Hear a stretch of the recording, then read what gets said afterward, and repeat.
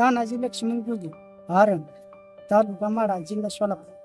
मला फक्त त्या दोघांचं भावाची 2 एकर जमीन, त्यातनं वाटून 1 एकर आली, 1 एकर 2 एकर मी पेरू लावलाय. 30-55 गुंठ आहे. ती पाण्याचा बंधारा आडवा आहे, बड्यात आहे, याचा काहीच उपयोग नाही.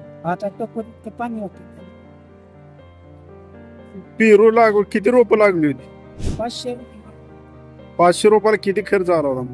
500 रुपयाला 2 वर्ष झाली लावून. 2 वर्षात ह्या पावसातच गवली. लावायला आता 20,000, लाईट सगळं परत 1 लाख रुपये.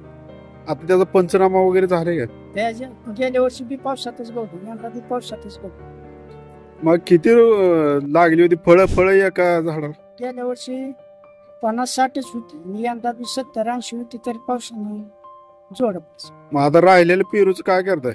राहिलेलं पेरू आता ही काय थोडं विकताय. कुठं विकताय? कुठं विकताय? टोल न कसं जाते ते? किती रुपयाला? 40-50 रुपये किलो. गिराईक मिळतंय आपण?